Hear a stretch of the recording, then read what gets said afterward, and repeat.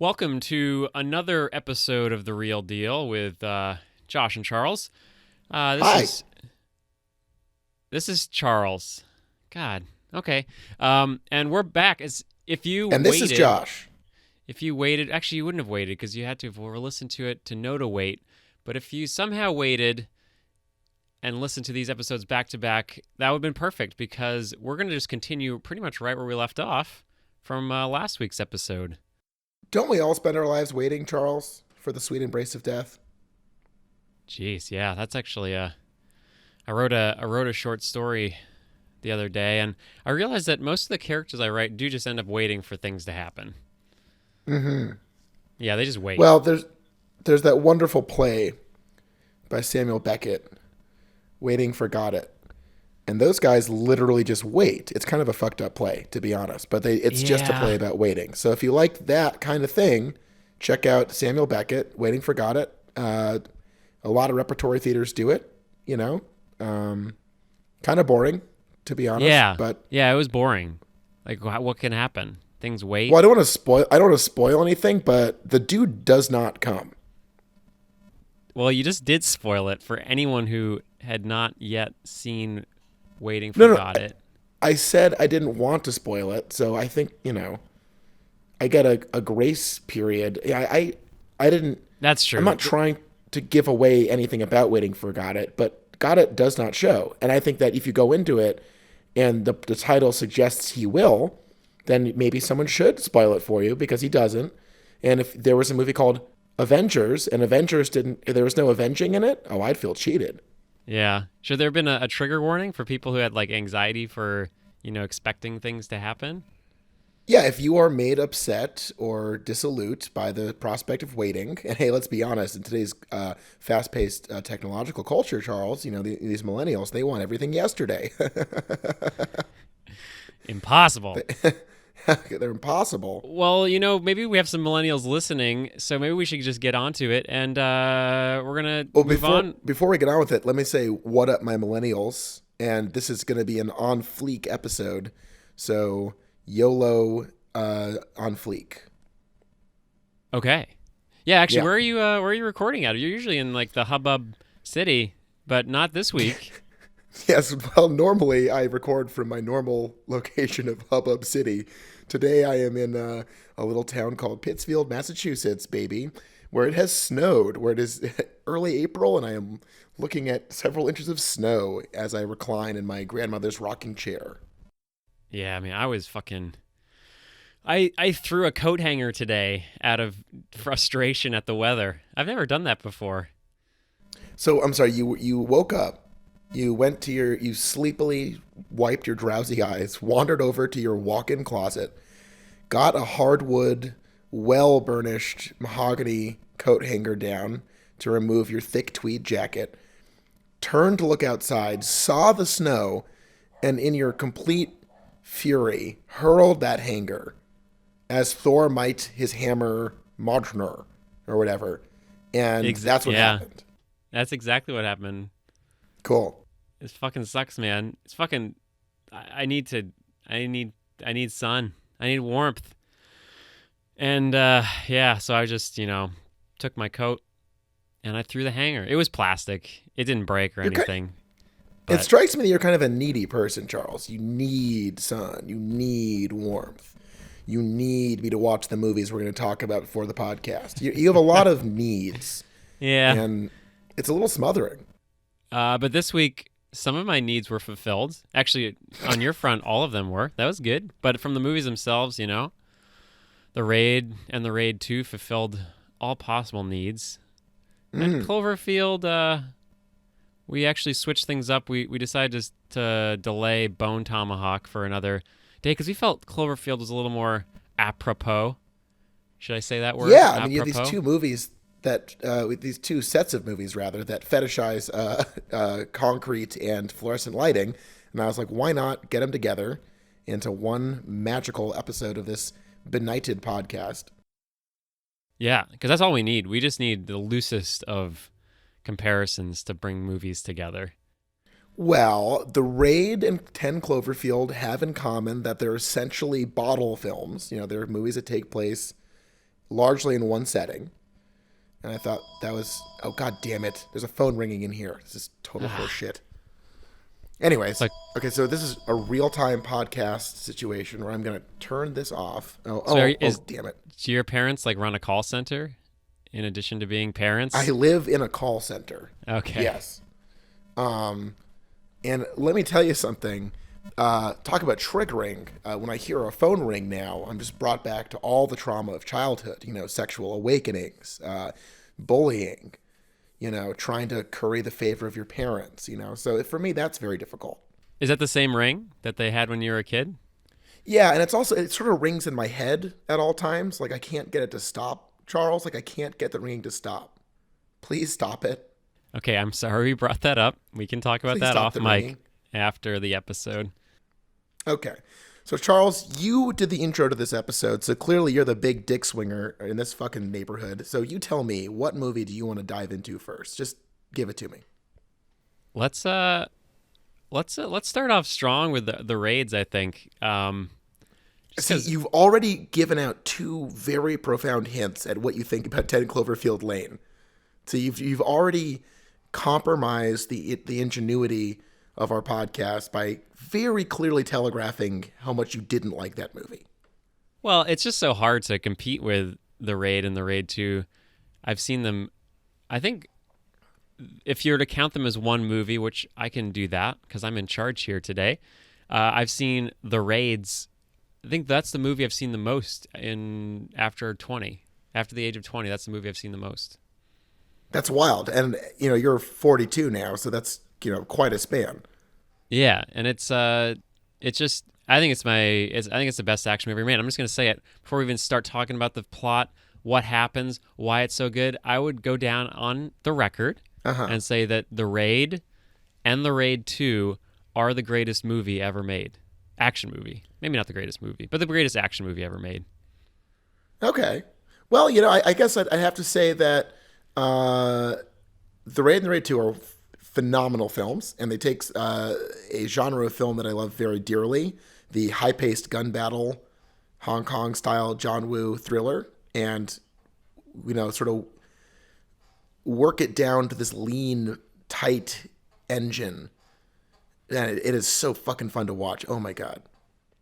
Yeah, it is fun. I think it works on so many levels. I remember when I first heard about The Raid, I was reading some online stuff, and it just looks. I've always been deeply into martial arts movies and action movies, and part of the fun I think about watching martial arts movies is that sort of transition as you grow up and you find different people, and just there's always a martial arts star that's been like a part of my life, and I think I've always sort of, as I've aged a little bit and matured in what I've been watching, I've always found a new martial arts person to be really interested in. I think that's really fun. I can remember back in middle school, there's Jackie Chan, and I sort of moved on to Jet Li, and then Bruce Lee, and I don't really have the journal right in front of me, but it's really nice to be able to have those connections. Donnie Yen was a big part eventually, and Sonny Chiba. I don't know. Did you do that when you were a kid growing up? I was raised in a real World War II movie household, so a lot of my violent male role models were the Charles Bronsons and Steve McQueens of the world. Maybe a Yul Brynner if we're going to westerns. So rugged. I think as much as I love martial arts, that was just not my dad's sense of action movie. So it took longer to get to that. You know what I mean? It wasn't readily available. On TBS, I watched. Here we go. Oh my God, this is actually pretty good. On TBS, I used to watch almost every Steven Seagal movie on a weekly basis. Okay. Because of I actually at some point want to do a TBS film festival with you, but there's a certain crop of very inexpensively licensed movies that TBS had access to, which includes the entire Steven Seagal filmography. So I watched him, in a variety of roles, playing different gruff spiritual warriors. So I think that was the closest I got to a relationship with a martial arts star. Since then, of course, Chun Ya Fat and Hard Boiled by John Woo is one of my favorite roles and movies ever made. So I think that is the most adjacent thing to The Raid as far as that kind of figure goes. Definitely. Yeah, actually, that's funny. It makes me think that I missed out on all the American stuff. I don't know. I was really busy with Asia. I didn't see any. Uh, I didn't really get into Sylvester Stallone and Jean-Claude Van Damme, even though he's European, and the one you just Steven Seagal, Chuck Norris. That was just not a part of it. So I wish. Part of me does wish that I could have, go back in time and see what a Charles Hobby would have been like had he been more into those big guys, because they're pretty fun to watch too. But I can't get into them as much as I can get into, the little Asian fighters with knees and elbows and things. Yeah, you like the little guys, not the big guys. Yeah, I'm a little guy, so. Well, you're not a big guy. That's for sure. Okay. Well, I mean, emotionally, I think you're a big guy. Like if I Wow. was to see you, I'd sort of slap your arm and say, "Hey, big guy." But That's true. I think you've done that before, actually. Yeah. does it come off as condescending? Because it's not intended to be.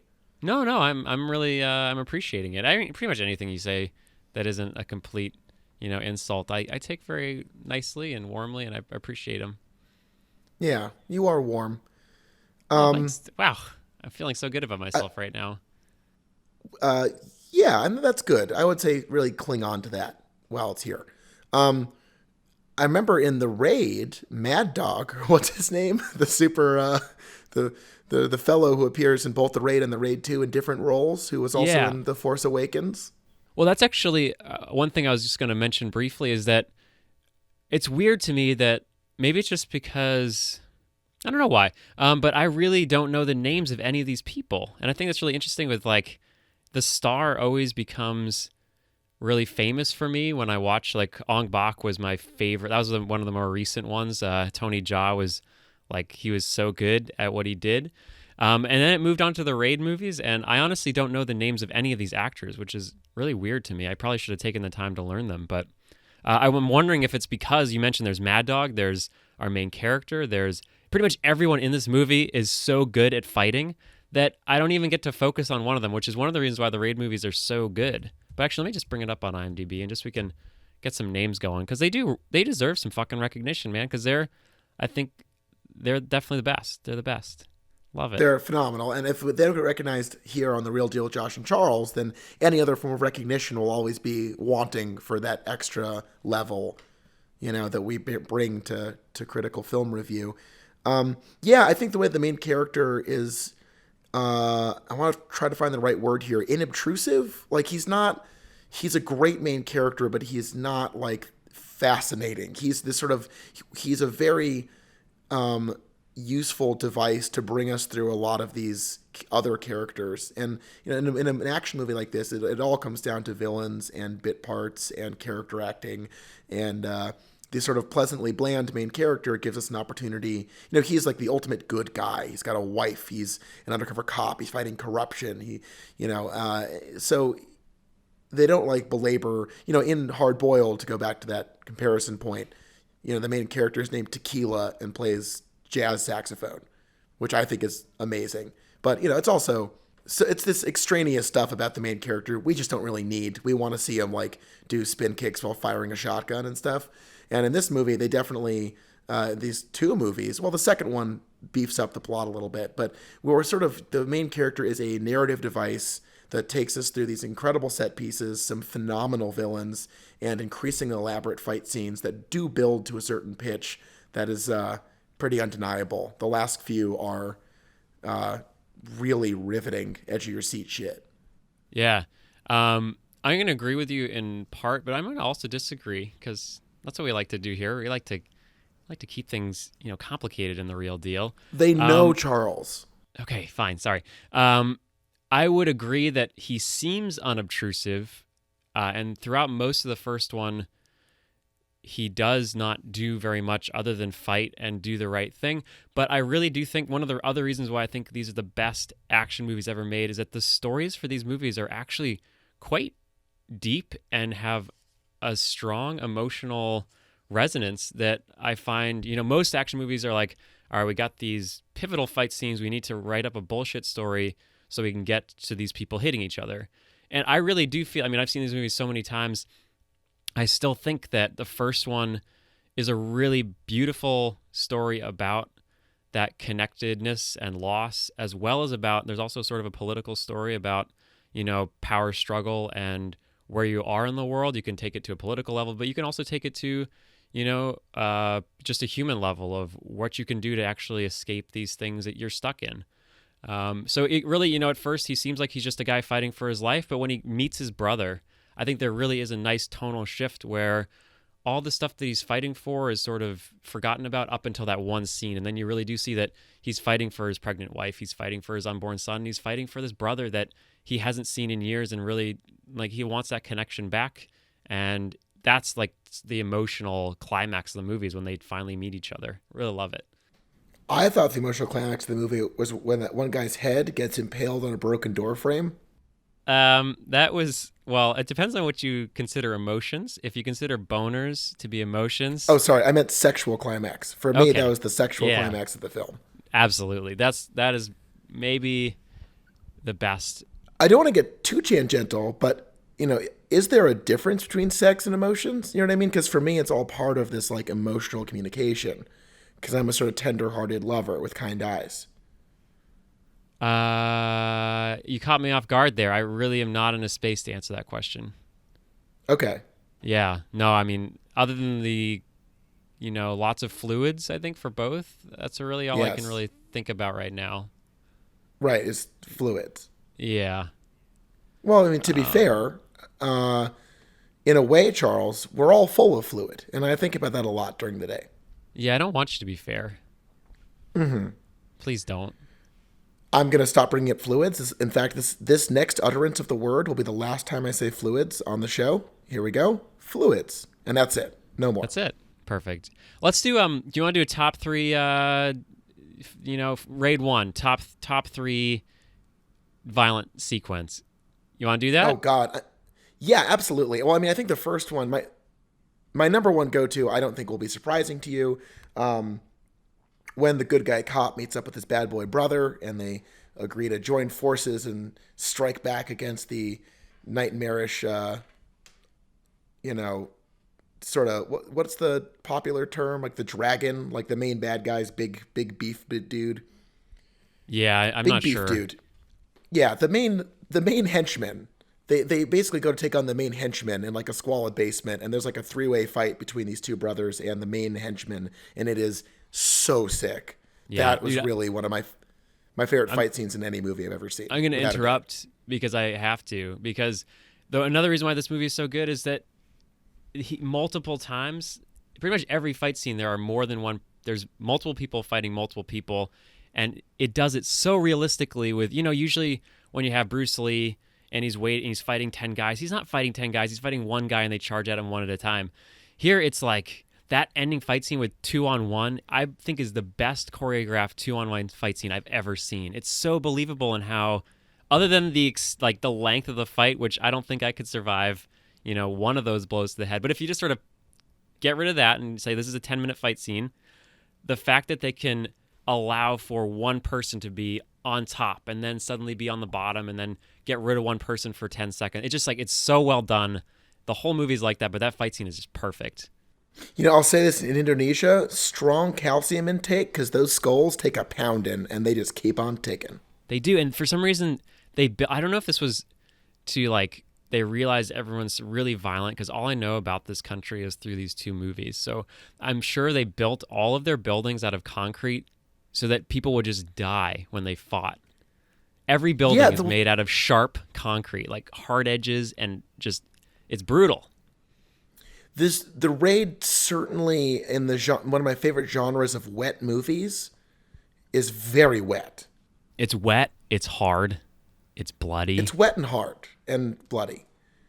And man, the raid one, for the majority of the film, takes place in a single building. The raid two greatly expands that world into a very lush, cinemagraphically sound, well-populated visual world in a way that was so effortless from movie to movie. It's a sequel, but it really unfurls this world into a pretty astounding collection of images that really resonate. Because like the Raid 1, as wonderful as it is, it has this sort of blue and gray slate quality to it that if I'm trying to remember any individual moment, it's mostly like a dull, dead-eyed brown or gray color. And then the Raid 2 is really gorgeous. And the opening shot of this, you know, corpse dumping location, like in the weeds next to a highway, of this lush, beautiful emerald fields of waving greenery. Man, what an amazing beginning to a movie. Yeah, no, it's true. The colors and cinematography. I don't know if this is a lie or actually what happened, but I was told that the Raid 2 is supposed to be the Raid, and then for budgetary reasons they had to make the Raid 1. I don't know if that's true, but it would make sense because it is, you know, you look at the Raid 2, it's got a much fuller plot. It's got more characters, the cinematography and setting, everything is like a developed storyline with a real place, whereas the Raid, even though I love these kind of movies and I know you do too, is just like locked within the boundaries of one location. So I could totally see. I do love those movies, Charles, and it's I know so you funny. do. It's so funny, but that's actually what informed my decision to have us talk about Cloverfield. Absolutely. App.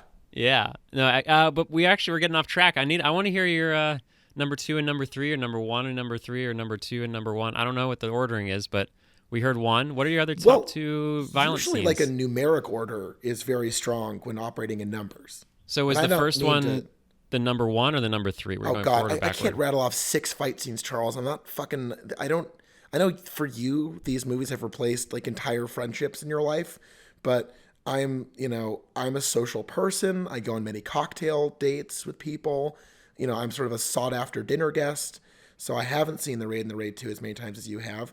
But I will say in the Raid 2, when they all sick their dudes on that one super badass dude who was also in the first movie, and man, this is compelling listening if you have no idea what we're talking about. There's a sequence where another main henchman is given the treatment by like a bunch of different gangs at once in this empty nightclub, and oh my God, it is so sick. Wait, which one has the fight scene where they're using the broken fluorescent tube light bulb and he stabs a guy with it? That's the one we already mentioned, the 2-on-1. That's how it finally ends. That's all I can really think about. That one fight scene is so sick. The second one has a, I think if Old Boy immortalized the hammer fight sequence, the Raid 2 has a really exceptional close quarters hammer sequence of its own that rivals that, with the blind lady with the 2 hammers. So deaf lady, excuse me. Oh my God. Deaf and partially blind. Letters. No, you're right. Yeah. She only had one eye. Okay, thank God. Saved by that one eye. Yeah. Yeah, that is pretty exceptional stuff. I love hammer fighting. I don't know if that's a genre in and of itself, but if you got a hammer fight scene in your movie, I'll go see it. Yeah, you could probably get I don't know, on eBay, like a cult, maybe a illegal hammer fighting, like Fight Club and Hobo Wars. So I would go to eBay to find the black market hammer fighting. Well, yeah, that's where I found all mine when I was a kid. I think eBay's changed a lot, though, in the last 5 years, so maybe not. I don't know. I honestly don't know. Yeah. Go to the dark net? I usually go to Yahoo groups for my cultish activities. Oh, okay. Yeah. Well, while we're talking about Mad Dog and his confusingly casted other character in the Raid 2, I have his name right here. It's Yayan Ruhian, maybe. That's how it's spelled. What did you call me? No. Are you talking to your parents or me? Oh, sorry. I'm talking to my dog, but you were saying. Okay. He is Mad Dog is fucking awesome. He plays actually. I think another comparison we could make to this and Cloverfield is John Goodman's character. Actually, strangely reminded me of Mad Dog in his like slow-paced craziness that sort of comes out in lashes every once in a while. But Mad Dog is one of those could have been cliche characters. But you know the whole I have a gun but I'm gonna throw it away cliche that happens a lot. I believed this one. The way he just stands there and he's just like shooting someone is like ordering takeout. I want to fucking smash your face in. And then he does, and it's like, yeah, okay, that's why he does that. And it's good. That's a good fight scene with him and Jaka. It's nice to see somebody who loves what they do. And Mad Dog loves smashing face, and he smashes a lot of face in that movie. Yeah. Yeah, it's a great. I think that's one of the benefits to this movie is that it really is such a. Maybe they're just really good choreographers, but I feel like every martial arts movie that is notable has great choreographers. This martial arts, I think it's called Salat, is just really cinematographic, if that's how you pronounce that word. It's really they do a wonderful job. I'm pretty sure everyone does actually get hit. Do you think people like I don't know how they would do some of these scenes without actually beating the shit out of people? Must be really hard. I bet it's not fun to even pretend to do a lot of this stuff. It seems like a lot of work. Like the amount of effort to do a rudimentary gesture in the raid is sincerely more effort than I put into walking like to work. Like I can't imagine a universe where I spend as much time working on a single kick. And there are lots of kicks in this movie. You know, it seems like an all-encompassing undertaking. And yeah, I'm assuming it hurts as shit even mildly getting kicked in jest by those Yeah. guys. And the cinematography, even though I botched that word, it's fucking awesome too. I'm so glad that we're moving away. I don't know, the maybe like 2008 to 2012, there was a really big push for fucking shaky cam bullshit, close up. If you've seen Friday Night Lights, it's pretty much that. I don't know. Did you watch that show? I watched the first two seasons. It kind Okay, of so dropped off pretty quick, but yeah, it had its I didn't. moments. I didn't finish the second season. The first season was pretty good. But you know, First if season's you great. Yeah, I liked it a lot. The cinematography though was terrible. God, that guy's face. If I had to see that face that Now, big, did Peter Berg run the show or just did the movie? I think he did the uh, show, right? yeah, I think so. But it's He's so the hard to tell director with of shows. he directed Battleship. True story. That The was a video, Peter Berg joint. the board game turned movie. The massive financial disaster known as Battleship, which Damn, nobody saw. that sucks. He went from heartwarming middle American football journeys to digital aliens bombing actual battleships in an actual ocean.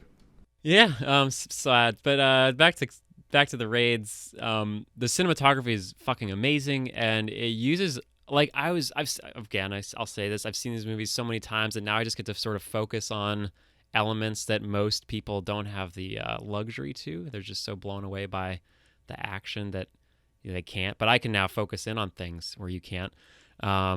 There's scenes where I don't even know how they shot it. It's like two speeding cars. It's in the car. He's beating the shit out of people while in the car. It goes out the window, goes to this other car that's being chased by a motorcycle, and then it's just the camera work in this. Everything is fucking top notch, fucking great. I love the idea of you sitting around watching the raid, delighted at the things you're observing that most rubes don't notice because they're in such slack-jawed ecstasy over the most obvious shit, and you're there with your pen and paper just noting these like minor details that in their wildest dreams those plebs couldn't possibly capture. Yeah, I mean it really is adding more now to the movie because I used to be like you, but now I feel good watching it. I Is it kind really of do. like being like a modern Cro-Magnon talking to a Neanderthal and just like wondering how that culture even managed to not freeze to death almost instantly in this barren hellscape known as the world? That's a great way to put it. Yeah. Wait, which one am I though? Oh, you're the smart guy. I'm the dumb dumb. Which one is that? I always forget. Oh Cro-Magnon's God, died, like right? let's not have one of our classic arguments over the. I don't want to drop too big of a bomb here, but I don't believe in evolution, and Charles does, and it's something we keep sort of dancing around on the podcast. But the Bible's pretty explicit about where man came from, and I don't know. I guess some people just read whatever there gets written down in some liberal secular book that any asshole can write, and I'm only quoting the book of God Himself. So, who's to say who's right in that argument? But Right, but you know, if your book's right and he created the man that wrote my book. it's not my book. It's his book. It's his book, Charles. Fine. If your God's book wrote a man who wrote the book that I like, why would he even let that happen, Josh? I don't know a lot about publishing, Charles. So maybe there's some sort of legal precedent that requires like some kind. Look, we're going down a black hole here that we might not come back from because the black hole ends in you going to hell and me ascending to live in heaven with my Savior. So if that's really something you want to talk about on air, you know, and come off like a fucking idiot who's going to burn in hell, then fine, we can do that. I'm fine with that, is what I'm saying. It's okay. I'm already uncomfortable. But you're not as uncomfortable as the Raid 2, as a son of a crime lord attempts to seize control of his father's fortunes, but it all goes horribly awry. Oh no. Yeah, dude. I mean, you can make fun of the plot all you want. I personally, again, one of the reasons I'm why not making fun of it. You're sensitive because I just pointed out that you're going to hell, and now you're going to be sensitive because I said you're going to burn in hell. I'm gonna try And putting it out of my mind. No, the plot to these movies, I've already talked about why I love the first one, just because it's got so much going on. This one too. I mean, we sort of ended it, and you said it was cliche. It had some tropes, and I agree with that. It is gangster movie. It's got mob bosses. It's got mob sons. It's got ascension. It's got destruction. But I think, you know, if I'm gonna say something absolutely crazy, but I might think this is a better movie than The Godfather. well, just as most liberals in the media, Charles, you distorted my quote. What I said was, despite having some cliches and tropes, it managed to render the entire experience. See, you were marveling over the plot a little bit more than I was, because it is, you know, this is a pretty standard gangster movie. You know, it's a pretty standard story about fathers and sons, and, you know, I think that territory has been trod before. But what the Raid 2 does is that it brings a really unexpected depth to the proceedings. And a lot of the characters who could very easily be two-dimensional are actually stunningly relatable. Like there's, Yeah, you know, in a movie full of bad guys, you do sympathize pretty closely with all of them. Very few of them come off as like what the most evil guy in the movie, who's this sort of like aspirant crime lord who's sort of unaffiliated with the major groups, who's using this instability generated by the son's desire to gain more power for his own benefit.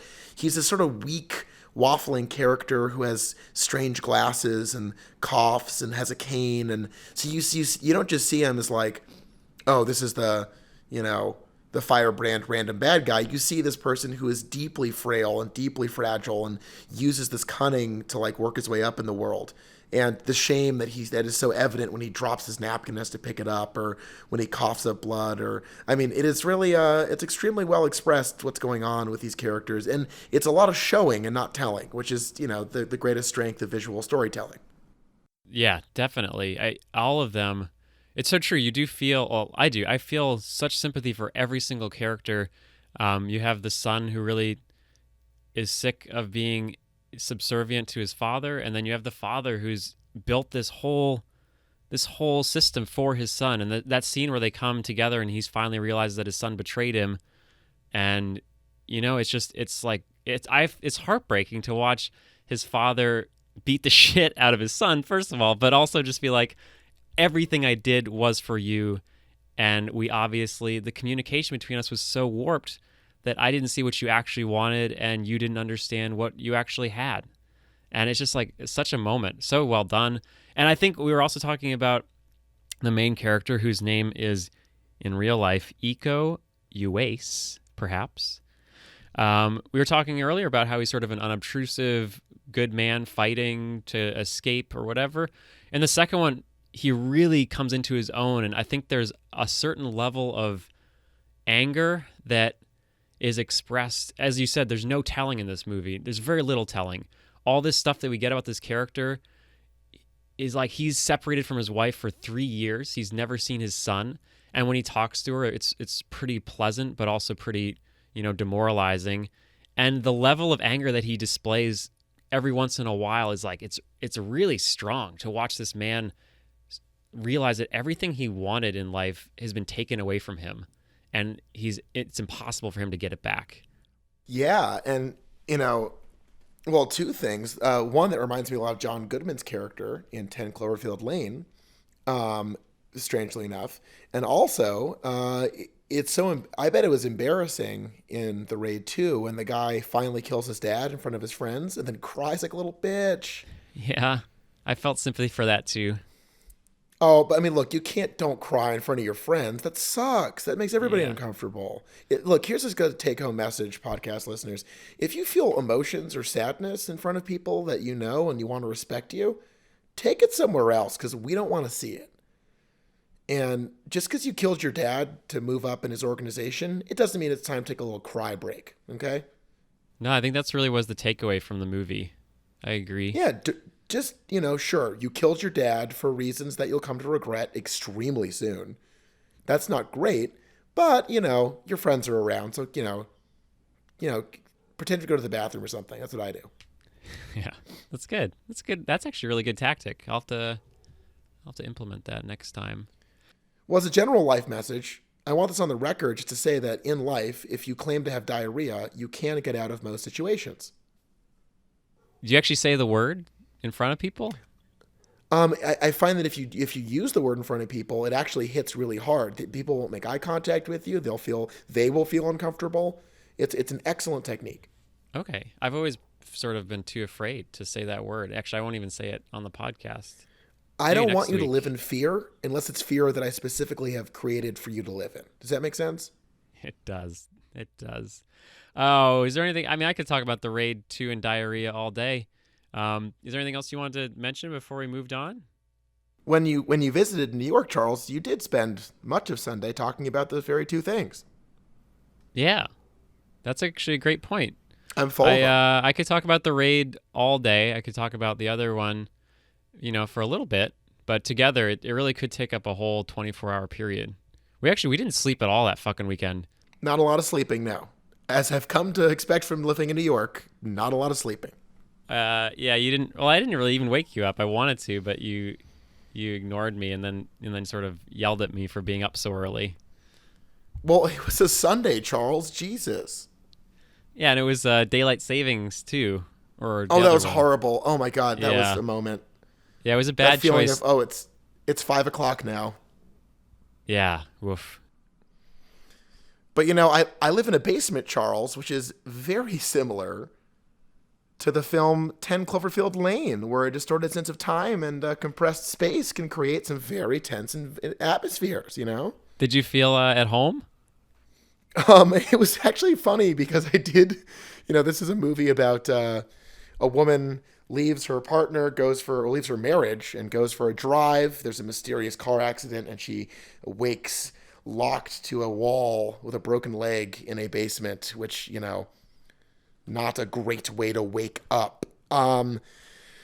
Yeah, I did, the movie largely takes place in a bunker underground. And yeah, I did find some parallels with my own life because I, in many ways, live in a bunker underground. So, Yeah, I think I did think of you when I was watching this. I was like, wow, for most people this would seem alien and sort of fantastic in its own way, being forced to live underground. And then I remembered our weekend together where there's no windows, no real light, and stairs that are very rickety to go up and down, and sort of the fear well, I like to of think going that above ground. the light comes out of us, Charles, you and I. When I have a friend over, that's all the light I need. Yeah. Well, thank you. Wow, you made me feel real good today. That's nice. Yeah. And this is, I'm happy to hear that because I did earlier assert that you were going to rot in hell and that I said the word diarrhea several times. So Well, I'm happy that despite those things, you're having a good time. Well, like most people, the eventuality of death and passage of time, I just block out all the negatives like that and just think about the times people said that I was a light person. No, when I'm in a bad mood, I'll go to Facebook and I'll tally up the total likes that I've gotten on my collective presence online. And I just look at that number and I hold it in my hand and I just sort of cry. And then it sort of feels a little better. In that I feel emptier and there's less to feel bad about. Yeah. So the Cloverfield 10. Wait. Do we skip over 9 Cloverfields? Or Yeah, I was a little upset because I'm like, look, JJ, I know they like this wacky marketing, but if there was 9 other movies, why didn't we see those? they must have them somewhere. And if they're as good as 10 Cloverfield Lane, that's fine. Actually, I'm sort of happy we just sort of skipped over to this one. I'm just going to go ahead and kick the door open. This was fantastic. I loved 10 Cloverfield Lane. I think we haven't disagreed in weeks, it feels like. And I thought this movie was not very good. I think when I go into movies, generally, I have low expectations, and the mainstream science fiction or suspense picture has gotten pretty terrible in the last couple decades. So to find a movie that was economic, lean, direct, suspenseful, exciting, and unpredictable, I was very happy. And there were certainly some good parts of this movie. John Goodman, I'm just going to say this right now, get it out of the way. He was fucking amazing. I thought this dude deserves an Oscar for his performance in 10 Cloverfield Lane. Oh, absolutely. I completely agree. What a chilling, horrifying character. Much of the suspense of the film has to do with the proprietor of this underground bunker, the ex-Navy gun-carrying Howard, who, when he essentially abducts this young woman, he tells her that this catastrophic event has happened above ground and they cannot leave the bunker. She is suspicious of his intentions, and as the film explores their very tight living space and his very convoluted sense of family and hints at a very dark past, a lot of truths come to light that are disturbing and harrowing. And through it all, John Goodman he's a master of his own body. I think when you have that kind of titanic bulk, you kind of have to be in charge of it, and he uses it so assertively and so aggressively in this movie that it is like, such he created such an undeniable presence in the film just using his body. I was really blown away. It's a kind of full-fledged acting that I don't think we see a lot of in the world of tight cropped close-ups and very quick transitions, and he became like something larger than himself in this film. Yeah, no, he was so good. Like, as you said, I think part of the reason why this movie didn't work for me was because I saw the trailer and it was also marketed as a Cloverfield movie, so there was something going on. If you didn't know what was happening and saw this completely blind, well, that wouldn't. If you didn't know anything about the movie, the whole thing of what is she doing here? Is this man sane? Is he insane? What's happening above the ground? All those questions would have been much stronger for me. But the fact that I knew it was a Cloverfield movie, so obviously some alien something or other was up there. Like, we sort of knew that he was vindicated the whole movie. So that level of suspense, which they played up that suspense, though. Like, the first 10, 15 minutes of the movie are all, like, her trying to escape the room that she's in. I felt like this was a 45-minute movie that was really stretched out beyond what it had inside. Oh, I think you're being deeply unfair. I think, one, you're approaching it as somebody who, you're looking at it in the context of this larger universe. I didn't see the first Cloverfield. I've never seen it. I didn't particularly care.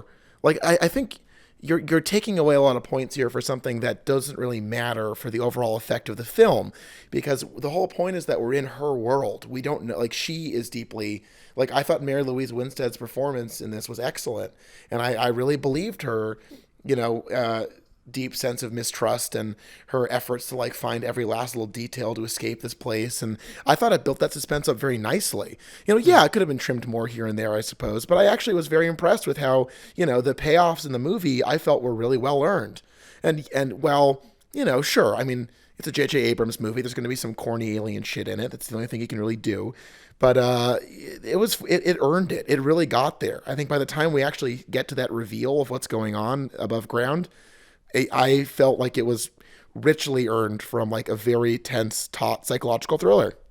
Yeah, I'm gonna hold off on the above ground for just a second and go back to the fact that you've never seen the first Cloverfields. Yeah, no, I was I don't know. I can't I don't think that kind of movie had what was 2004 or something? 8, 7? I don't know, but it's no, I would say it was earlier than that, man. It was in 2005 or something. I think it's one of the most important movies about technology ever made. So you should see it. Well, I'd like to. I don't know if I'm worried that because it's this found footage, like, sci-fi horror thing, if I watch it on my goddamn laptop, it's going to look stupid as fuck. Yeah, it could be. You should have seen it in theaters when it was... There's a lot of things I should have done, Charles. Okay. But no, the reason, just to briefly bore people with why I think Cloverfield is one of the most important technology movies ever made, was it was made back, I don't remember when. Well, I can look it up real quick. But basically, it in an age of, razors, flip phones, shitty resolution, YouTube videos, it predicted the fact that the way we interact with each other now. And what the movie's really about, a lot of the complaints about Cloverfield was that it was sort of boring and the people The main characters were unlikable and uninteresting. And I'm not the filmmaker. I don't know them personally, but I would go out there and say But that people was, have said that about us as well, and I think we're sympathetic to those kind of characters. yeah, that could be it too. But no, I actually think that the movie was purposefully done that way. And there's lots of textual evidence. I could go through scene by scene and point them out to you. But basically, this movie is about the proliferation of digital culture and the fact that everyone is now sharing parts of their lives and no one really gives a shit. And the fact that that's the way we communicate is it's strange and it's narcissistic, and we're not supposed to care about the people. The fact that they successfully made a movie about the military trying to destroy a large alien creature and we didn't give a shit about the people, I think that's a success, if that's what the movie was about. Well, having not seen it, I can't speak to it, Charles, so I'm going to defer to you. Go fucking see it. No, I mean, just to point out a couple of scenes, the whole, the Lady Liberty's head rolls down the street and we see it. We're watching found footage, and in that found footage, we see people filming that with their phones. There's a scene where one of the main characters' brothers dies, and he's crying he's talking to his mom on his cell phone. He's crying, and we don't really care. And then there's a billboard in the background, huge, that says Nokia connecting people. It's just like all these sequences where our phones are taking center stage rather than the people. I think it's fucking brilliant. One of the best movies ever made. So good. You should totally see it. Well, I'm calling you in my Samsung Galaxy 6, and I'm really excited that because of the incredible resolution of the camera on this phone, were I to encounter something as dramatic as that, I think I'd actually get some pretty good footage out of it. It's very crisp. It's a very high resolution camera, so I think I could get a sort of detail in the shot that, your average, iPhone 5 maybe. I don't think you could get that, like certainly on the BlackBerry. So you're saying that this movie was only relevant back when cameras were taking 480 by 6. Oh, yeah. I mean, when you're getting grainy footage, it seems really disturbing. But a crisp, lifelike representation that like a Samsung Galaxy S6 can provide, I think it'd be very different. That's true. All right, I'll watch it again with that sort of thinking about it now, and whether I can connect with people since I can see their faces a little better. Well, no one connects you better than Samsung with their Galaxy S6. And, I guess I have them and AT&T to thank for the kind of coverage that I get. Yeah. Did we finally get sponsorship? No, I'm really going for it, though. Okay. I really think that, maybe this is the angle. Okay. This feels right to me. That's true. We could product place and then just beg them. Say, hey, look, we talked about you a lot. A few bucks would be nice. Remember I once told you, Charles, there's two things you never beg for, sponsorships and sex. I was wrong about both of those things. Yeah, I could have told you that. So, ignore me. And listeners, if you don't get what you want, just beg for it. Just get on your knees and debase yourself. That's my advice. Anyways, look, you loved Cloverfield, which is great for this review of a different movie. But it's good that we got that in there. That if we were talking about that movie, you would have a lot to say about it, and did. That's true. Yeah.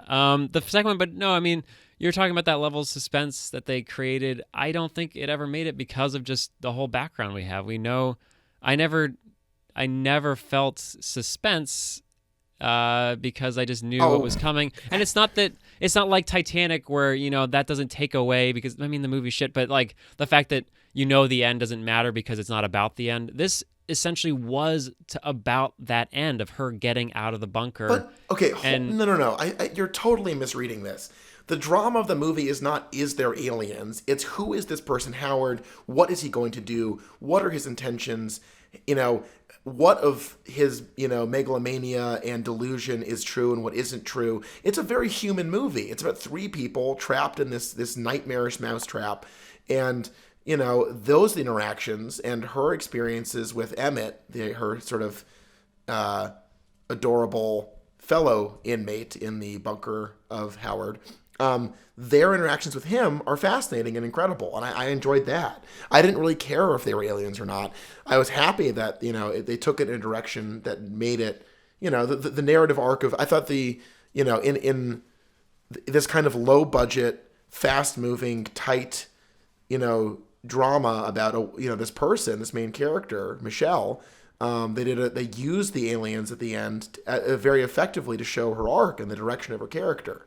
And I thought they took the pressure off of, I I think you're focusing so much on the premise of the movie when for me the guts of the movie was what made it so good. It wasn't those bigger storyline bits. It was the interactions on a minute to minute basis inside the bunker. Well, no, I mean, actually, I saw this with my stepbrother, and after I saw the movie with him, I said exactly that this movie could have been very good because it really was about these three people together. That's what I would have made the movie about. And talking about the suspense thing, I don't so much focus was put on that it's hard to ignore it. I mean, the use of music constantly was not, I didn't think was very well done. And the ways that it used time to show suspense, again, I don't think that was very well done. But to go beyond that, because I agree with you that really the heart of this movie was about these three people trapped together and the way they used each other. If the movie had been about that, I think it would have been a huge success. The problem was when she does get above ground, I just think there should have been 90% of the movie should have been underground and 10% or maybe 95 and 5. The problem was it was 80 and 20, and the last, 20% of the movie I just didn't feel like was very important. The whole ending fight scene was pretty Oh my goofy. God, this is so Charles. You're focusing on like 10 minutes of the movie. No, but it's a huge deal because they cut out all the stuff that they could have really gone deep with these three characters. I feel like Howard, if that was Howard, that's his name, Howard.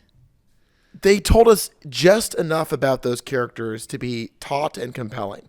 I did not need to know his more. was great. I love the fact that we never find out what he actually did with that girl. They don't really resolve that, which is very nice. I just don't feel like Emmett's character or her character, they could have used another, I felt like they could have used some more time. I don't think there was enough of her and her boyfriend, whatever that was in the beginning.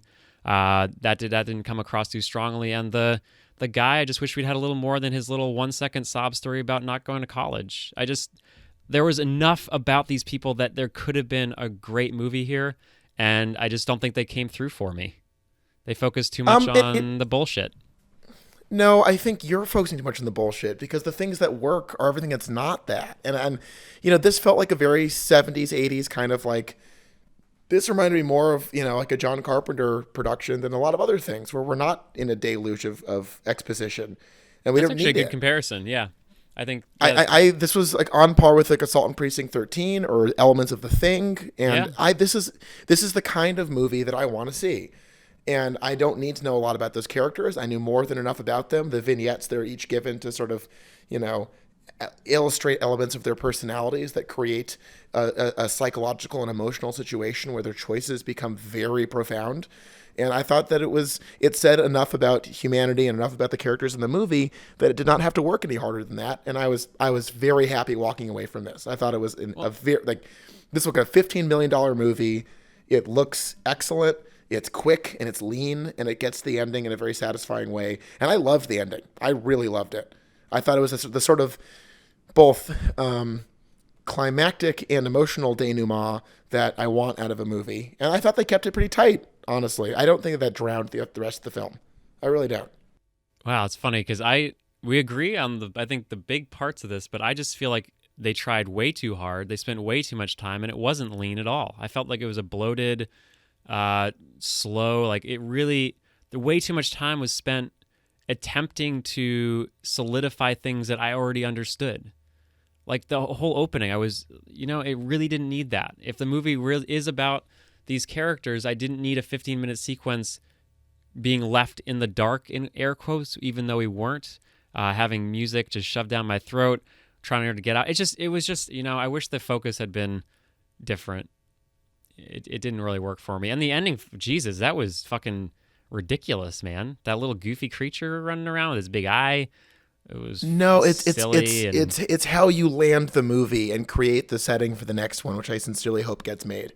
I think you're focusing so much in the beginning and the end when they frame the middle part like that's the real emphasis, and I think that worked. And I don't know. I thought the premise was not overbearing. I thought it was well done, and I thought that there was a surprisingly light hand. I really, really resist the idea of this being a bloated movie. It's just not. It's not a bloated movie at all. I thought that it's a 3-character psychodrama, and it plays out very, very, very satisfyingly given the conditions. So I don't know. I can't stress enough that I would highly recommend this movie. I wish more movies were made like this, and I thought the focus was the real selling point of it. So I don't identify with your criticism of the bloat. The bloat? I don't see the bloat, man. I mean, watch it again and see if you feel any of that. I just feel like this could have been streamlined, and not streamlined. I think it could have been adjusted so that we really did get to spend more time with him. I think Emmett was the one that really lacked the weight of the other two, and having him there just sort of made me want to get a little more from him, and I never really got there. I did like, though, the fact that, we talked about John Goodman. He was perfect. He was like, without him, this movie would have been very hard to get through for me. He was great. Well, and the fact that they each are using each other, well, now you're spiraling off into the ludicrous, because to suggest, like, if John Goodman wasn't in it, the whole point is that he was in it, Charles. Like, but I'm just saying his character could have been, if it hadn't been acted very well, it would have been, he was, for me, that without, okay, of course, we're just saying if we have three characters and it's a psychodrama, honestly, Emmett was sort of useless for me. And his character was so strong that if it had not been nailed, it would have just been a very flat movie. Well, I think pointing out that a veteran, experienced, celebrated actor held a movie together is not a criticism of a movie. But on that moment, my battery is almost dead on my homemade hand recorder. So, Charles, I guess we'll have to agree that I was right and you were wrong. And 10 Cloverfield Lane is a great movie. And to our listeners and Charles, I successfully made a bowel movement during the recording of this episode. And if you can tell me where in the episode I did that, I will mail you a DVD for my personal collection. I can't. Wow, that's traumatizing. I pooped during this conversation. I don't think you knew I was pooping. I didn't. Yeah, Man. I'm very good at what I do. You are. And what I do is pooping. Wow. We'll have to put another trigger warning on the episode. How many? We're getting up to a lot. We are. And Charles, my thing is about to die. So before anything untoward happens, just recording, Charles, you're my best friend, and I love movies. And since I introduced the episode, I get to do the outro this week. And oh, Jesus Christ. This has been it. This has been the episode that finished the New York trip. This was part 2 of the New York trip. And that's it. I'm very bad at this. Well, listeners, look forward to a much anticipated return trip to Portland for a later weekend of us watching movies without any sense of propriety or self-respect. And if this episode was 10 Cloverfield Lane and I was Charles, I would say it would have sucked if Josh and Charles weren't in it, because that's like a real criticism that makes sense. Yeah, and maybe if they hadn't gone on so long at the end, it would have been better too. Yeah, maybe if the people making it had more of a sense of how to cut down the flack at the end of it, but they just couldn't really get off it and kept going. And I think that's a real message for other creators out there. No one to stop. Fucking goofy, man. Fucking creepy, stupid eyeball thing, and then a Molotov cocktail into a giant spaceship. Oh, come on. Fucking if you introduce a bottle of dumb. scotch in the beginning of the movie, it's got to be a Molotov cocktail at the end of the movie. That's a Chekhov rule. You uncultured slut. Yeah. It was goofy, man. It's J.J. Abrams. Of course it's goofy. No, but you can't say it's a fucking taut thriller, psychological thriller, and then say it's a goofy J.J. Abrams movie. It just was fucking you're such a dumb fuck. You're such a stupid asshole. Hey, Drew Goddard produced it, director of one of my favorite movies, Cabin in the Woods. Yeah, that was actually a better. I like that too, and similar. People stuck in a place. Cabin in the Woods is one of my favorite movies I've seen in my lifetime. And anyways. All right. This is the end of the episode. Thanks so much for listening. We'll be back. We're not going to talk about New York ever again. And next week we might do Bone Tomahawk. I'm not sure yet. Josh still has to fulfill my needs. Well, that adds you to a long list of people in my life, Charles. All right. Well, stay tuned, Josh and everybody else. And we're going to end it now.